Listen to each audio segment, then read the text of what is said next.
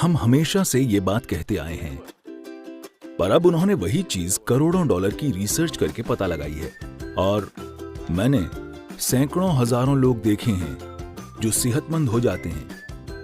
अगर कोई चीज मेरी प्लेट पर आती है तो उसे महसूस करके मैं जान जाता हूं कि क्या खाना है और क्या नहीं खाना है। आप आज कुछ खाइए और देखिए, ये देखना सीखिए कि वो खाना खाकर आपका शरीर कितना चुस्त महसूस करता है।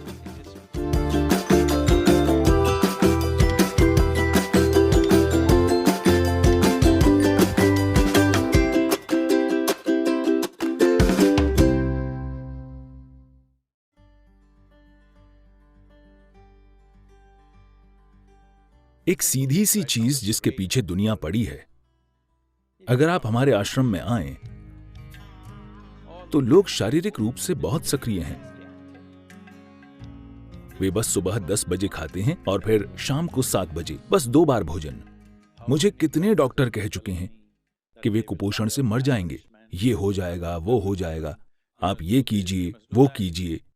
ज्यादातर दिनों में मैं सिर्फ एक बार ही खाता हूं, बस एक बार भरपूर खाता हूं, इतना ही। डॉक्टर मुझे कह रहे हैं, नहीं सदगुरु, आप इतनी यात्राएं करते हैं, ये हो जाएगा, वो हो जाएगा, आपको 4 घंटे में कम से कम एक बार खाना खाना चाहिए, कुछ तो खाना चाहिए। मैंने कहा, मुझे अकेला छोड़ दीजिए, मैं ठीक हूं। पर अब अमेरिका की एक बहुत बड़ी यूनिवर्सिटी कह रही है, रुक रुक कर उपवास कीजिए। ये कोई बकवास नहीं है, अच्छी चीज है। लेकिन उन्होंने ऐसी चीज फिर से खोजी है जो हम हमेशा जानते थे। अब हर कोई कह रहा है 16 घंटे का अंतराल होना चाहिए, फिर सभी बीमारियां ठीक हो जाएंगी। हम इतने हजारों साल से क्या कह रहे थे? सीधी बात यह है, इसके कई पहलू हैं, मानसिक, शारीरिक। लेकिन अब दुनिया में कैंसर बढ़ रहा है। कैंसर की कोशिका समाज में एक अपराधी की तरह है। हम सबके शरीर में होती है, लेकिन उनकी संख्या जितनी होनी चाहिए, अगर उससे बढ़ जाए या सब साथ मिलकर एक जगह जमा हो जाएं, तो वे अपराधियों के गिरोह जैसी बन जाएंगी। कोच्चि में भी जेब कतरे होंगे, मुझे यकीन है। वे छोटे मोटे अपराधी हैं। जब अकेले या 2-3 मिलकर काम करते हैं तो हम उन्हें गंभीरता से नहीं लेते, हम उन पर ध्यान नहीं देंगे क्योंकि छुटपुट चीजें होंगी। पर मान लीजिए ऐसे 100 लोग संगठित होकर अपराध करने लगें, तो हम उन पर टूट पड़ेंगे, क्योंकि हम जानते हैं अब वे समाज के लिए खतरा हैं।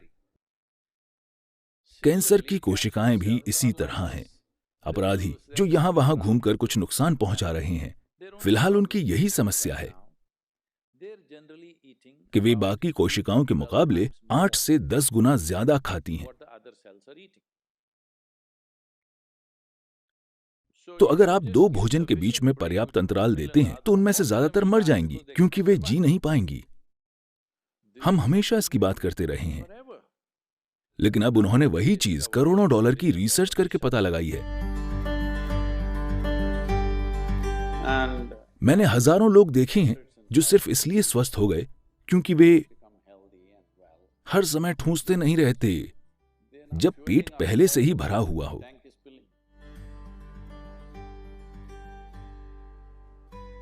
योग केंद्र में लोग हमेशा शारीरिक रूप से सक्रिय रहते हैं,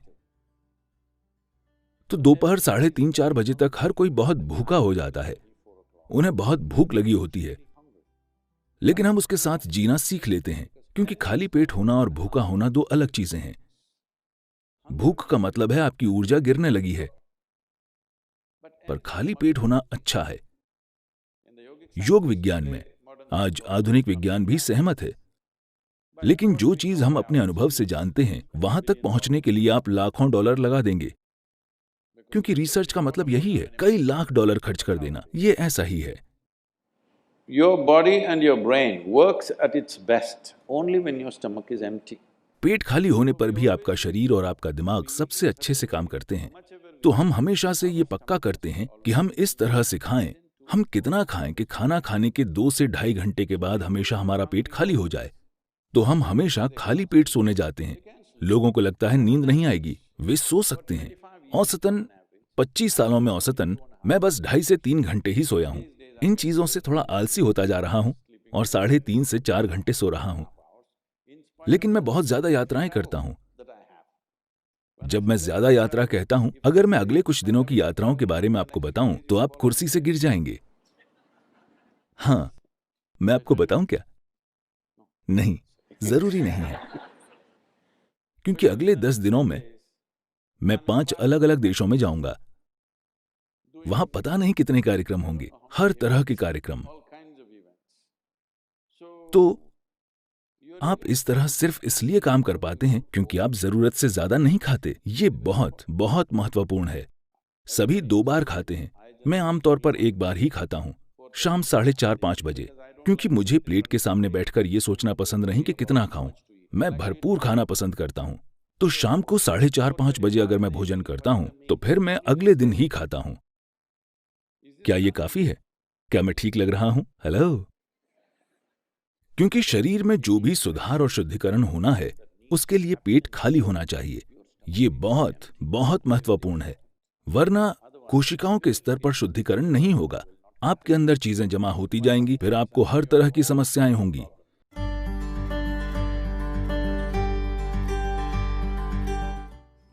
जब आप भोजन को छूते नहीं हैं, तो आप नहीं जानते कि वो क्या है। अगर भोजन छूने लायक नहीं है, तो मैं नहीं जानता कि वो खाने लायक कैसे होगा।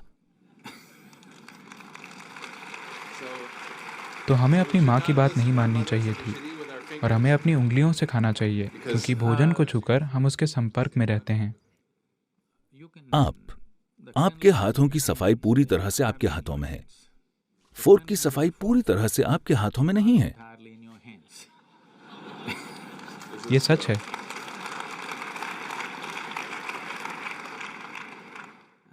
और इन हाथों का इस्तेमाल सिर्फ आप करते हैं, कोई और नहीं। तो आपको पता है कि ये अभी कितने साफ या गंदे हैं, जबकि आप नहीं जानते कि फोर्क को किसने इस्तेमाल किया है, कैसे इस्तेमाल किया है और किस चीज के लिए इस्तेमाल किया है। उन्हें बस टिश्यू से साफ करके आपको दे देना है और वो काफी साफ लगता है। सबसे बढ़कर आप भोजन को महसूस नहीं कर पाते। हमें पहली चीज ये सिखाई गई थी कि जब भोजन सामने आए तो उस पर कुछ पल के लिए अपने हाथ रखो, बस महसूस करो कि भोजन कैसा है। अगर मेरी प्लेट पर कुछ आता है तो उसे महसूस करके मैं जान जाता हूं कि क्या खाना है और क्या नहीं खाना। जो मुझे नहीं खाना उसे मैं चखकर खारिज नहीं करता, मैं बस उसे नहीं खाता, क्योंकि मेरे हाथ पहला स्तर है। वे उस मायने में नहीं चखते जैसे जीभ चखती है, पर वे भोजन को जान लेते हैं। भोजन को जानना पहली चीज है। किसी इंसान को जानने के लिए आप उससे जाकर हाथ मिलाते हैं। मैं आमतौर पर इससे बचता हूं, लेकिन ये अच्छी रणनीति है। लेकिन जो भोजन आपका हिस्सा बनने वाला है, सबसे पहली चीज आपके हाथ हैं। अगर उसे आप नहीं भी छूते हैं तो बस वहां सचेतन होकर होने से साफ पता चल जाएगा कि भोजन आपके अंदर कैसा बर्ताव करेगा। ये भोजन इस दिन आपके अंदर जाना चाहिए या नहीं, क्योंकि हर दिन आपका शरीर वही नहीं होता। हर दिन, हर पल ये अलग होता है। अगर आप भोजन को महसूस करें तो आप जान जाएंगे कि आज इस भोजन को आपके अंदर जाना चाहिए या नहीं। अगर इतनी जागरूकता आ जाती है तो हमें लोगों को ये बताने की जरूरत नहीं होगी कि उन्हें क्या खाना चाहिए। हर बार के भोजन के लिए उन्हें तय करना चाहिए कि उन्हें उसमें क्या खाना चाहिए। इसके लिए एक ही नुस्खा नहीं हो सकता कि यही आपको जीवन भर खाना है। ऐसे में आप फंस जाएंगे कि मैं सिर्फ यही खा सकता हूं।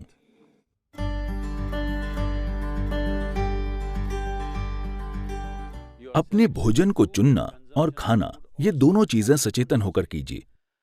आप क्या खाते हैं उतना ही महत्वपूर्ण है कि आप कैसे खाते हैं। जब मैं कहता हूं कि आप कैसे खाते हैं, तो ये सभी जीवित चीजें हैं। उनमें से हर एक का अपना जीवन था, चाहे वो सब्जी हो, जानवर हो या पौधा हो। हर किसी का अपना जीवन था। अब आप उसे एक तरीके से भोजन बना दे रहे हैं। तो आपको उसे चरम कृतज्ञता के साथ खाना चाहिए। अगर आप अपने भोजन के प्रति एक खास कृतज्ञता और आदर की भावना रखकर खाएंगे, जब मैं आदर कहता हूं तो यह आपको अजीब लग सकता है, लेकिन मैं आपसे पूछ रहा हूं, मान लीजिए हम आपको एक कमरे में बंद कर दें और आपके पास 5 दिन खाने को कुछ न हो। अगर आपके सामने भगवान आ जाएं, तो आप क्या मांगेंगे? खाना। तो ये इतना ही महत्वपूर्ण है।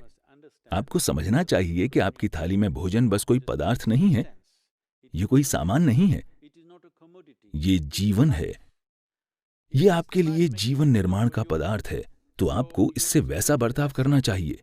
अभी जब ये थाली में है या बाहर कहीं है तो इसकी कोई कीमत नहीं है, लेकिन जिस पल आप इसे खाते हैं तब ये आपका खून और मांस बन जाता है। अब अचानक ये बेशकीमती हो जाता है। हम ऐसे क्यों नहीं जीते हैं? ये बहुत महत्वपूर्ण है कि जब ये आपकी थाली में आए तो आप इसे अपने एक हिस्से की तरह देखें। बहुत आदर के साथ आपको इसे खाना चाहिए। अगर आप बस अपने खाने का तरीका बदल दें तो भोजन आपके अंदर बहुत अलग तरह से बर्ताव करेगा। चेतना का यही मतलब है।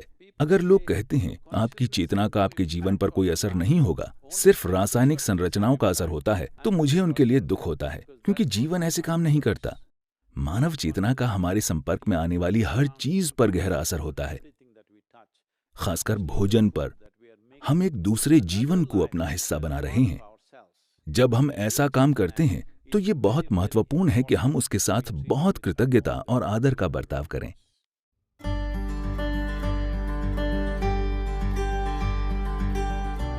मैं आपको बताना चाहता हूं कि अच्छी आदत और बुरी आदत जैसा कुछ नहीं होता। Habit means you are functioning unconsciously. आदत का मतलब है आप अचेतन होकर काम कर रहे हैं। अगर आप अचेतन होकर काम करते हैं तो ये खराब चीज है, क्योंकि इंसान होने के पूरे मायने यही हैं कि हम सचेतन होकर काम करने में सक्षम हैं। इंसान होने की यही खूबसूरती है कि हम हर चीज चेतनापूर्वक कर सकते हैं। एक जानवर जो चीज अचेतन होकर करता है वही चीज हम पूरी चेतना में कर सकते हैं। हम अचेतन होकर खा सकते हैं या हम सचेतन होकर खा सकते हैं। हम अचेतन होकर सांस ले सकते हैं या हम सचेतन होकर सांस ले सकते हैं। जो भी चीज हम कर सकते हैं उसे हम सचेतन होकर भी कर सकते हैं। जिस पल हम चेतना में कार्य करते हैं अचानक वो बहुत परिष्कृत और शानदार दिखने लगते हैं। जब कोई चेतनापूर्वक चलता और बोलता है तो क्या वो एक सुंदर इंसान नहीं बन जाता? हाँ या ना? बस इतना ही है। तो ऐसा क्यों है कि हम आदतें बनाने की कोशिश करते हैं जैसे कि वो एक अच्छी चीज हो? आदत का मतलब है तय तरीके जहां आपको सोचना नहीं होता। आपके सुबह उठते ही सब होने लगता है। नहीं, अपने जीवन को ऑटोमेटिक मत बनाइए। ये कुशलता नहीं है, ये मशीनी कुशलता है। इंसान का काम बुद्धिमानी और चेतना से काम करना है। कोई उससे मशीन जैसे काम करने की उम्मीद नहीं करता। तो भोजन की बात करें, भोजन को शरीर के लिए उपयुक्त होना चाहिए जिसके लिए हम खाते हैं। ये शरीर के लिए है। जो भोजन आप खाते हैं वो शरीर के निर्माण का पदार्थ है। सही भोजन क्या है? दुर्भाग्य से अभी ये बिल्कुल गड़बड़ हो गया है। पारंपरिक रूप से इस देश में हम समझदारी से खाते थे, लेकिन हजारों साल से हुए हमलों की वजह से दूसरी तरह की भोजन परंपराएं आ गई हैं और आज राष्ट्रीय भोजन पिज्जा या पास्ता है। ये क्या है? कौन सा? मैं नहीं जानता। दोनों मुकाबला कर रहे हैं। तो हम भोजन के बारे में अपनी समझ खो रहे हैं। अब समय आ गया है कि हम सबसे अच्छी चीज पहचानें। अगर मैं इसके विस्तार में जाऊं तो ये लंबी प्रक्रिया हो जाएगी, लेकिन आपको भोजन को परखना चाहिए, बस जीभ से नहीं बल्कि शरीर से भी। आप आज कुछ खाइए और देखिए, बस ये देखना सीखिए कि वो खाना खाकर आपका शरीर कितना चुस्त और फुर्तीला महसूस करता है। अगर शरीर को महसूस होता है कि वो कब्र में जाना चाहता है तो वो भोजन अच्छा नहीं है। अगर वो भोजन खाकर उसे लगता है कि जीवन जीना चाहिए कॉफी को छोड़कर, क्योंकि वो उत्तेजक है। अगर खाना खाकर शरीर चुस्त और जीवंत महसूस करता है तो इसका मतलब है वो भोजन अच्छा है, शरीर उसे पसंद कर रहा है। अगर आप कुछ खाते हैं और शरीर में सुस्ती महसूस होती है तो उसका मतलब है कि शरीर को भोजन पसंद नहीं है, उसको उससे परेशानी हो रही है, इसलिए सुस्ती महसूस हो रही है। तो बस इस आधार पर मेरा मतलब है ये एक बहुत ही सीधा और आसान तरीका है।